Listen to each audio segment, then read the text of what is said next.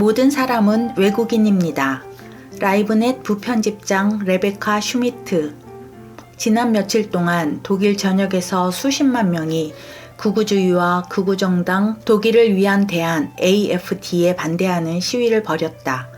독일의 정치적 상황은 많은 사람에게 충격을 주었고 라이브넷의 부편집장인 레베카 슈미트에게도 예외는 아니었다. 그녀의 목소리를 들어보자. 모든 사람은 외국인입니다. 거의 모든 곳에서요. 이것은 1990년대 초 많은 자동차에 붙어있던 구호입니다. 1980년대의 외국인 아웃이라는 낙서, 고함, 스티커에 대한 반응이었죠. 지난 몇 주 동안 뉴스에서 AfD 정당의 슬로건을 들으면서 이 말이 다시 생각났습니다. AfD의 슬로건 속에서 우리는 얼마나 많은 미움과 얼마나 많은 자부심, 그리고 너무도 당연하게 자신에겐 특정한 것에 대한 권리가 있지만 다른 사람들에겐 없다는 신념을 듣게 되는지요. 저에게 이것은 정치나 정부의 실패 가능성 혹은 결함이 있거나 실패한 사회 시스템에 관한 것이 아닙니다. 독일의 상황이 심각하다는 것은 분명합니다. 하지만 저에게 중요한 것은 자신이 태어날 곳을 누구도 결정할 수 없다는 사실입니다. 어느 사회계층에 태어날지, 어느 종교 체제에 태어날지, 특권을 누릴지 아니면 극심한 빈곤에 처할지 누구도 결정할 수 없습니다. 저는 이렇게 자문해 봅니다. AfD 정당 행사에서 환호하는 사람들은 누구일까? 자신을 그토록 독일적이라고 느끼게 만드는 그들의 이야기는 무엇일까? 그들은 다른 현실을 경험해 본 적이 있을까? 독일에서 태어나지 않은 다른 사람의 입장이 되어본 적이 있을까 하고요. 전혀 다른 현실. 저는 이곳에서 태어났지만 제가 전형적인 독일인이라고 생각하지 않습니다. 저희 아버지는 현재 폴란드 땅인 코닌 지역의 로스토카 출신이고 어머니는 스위스 출신입니다.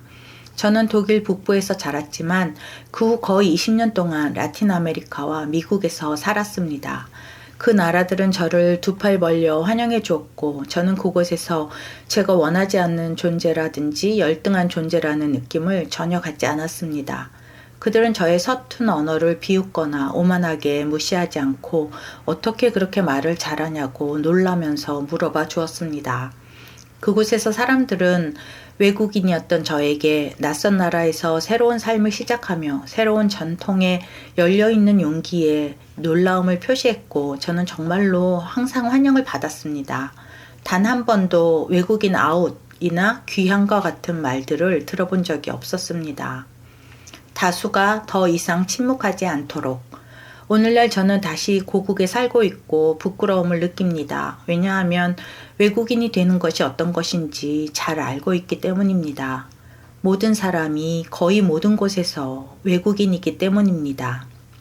그리고 왜냐하면 이것이 진짜 독일의 DNA라고 믿지 않기 때문입니다.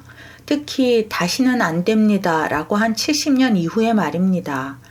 그리고 AfD 지지자들의 슬로건이 제3제국의 선전 영화들을 너무 연상시키기 때문입니다.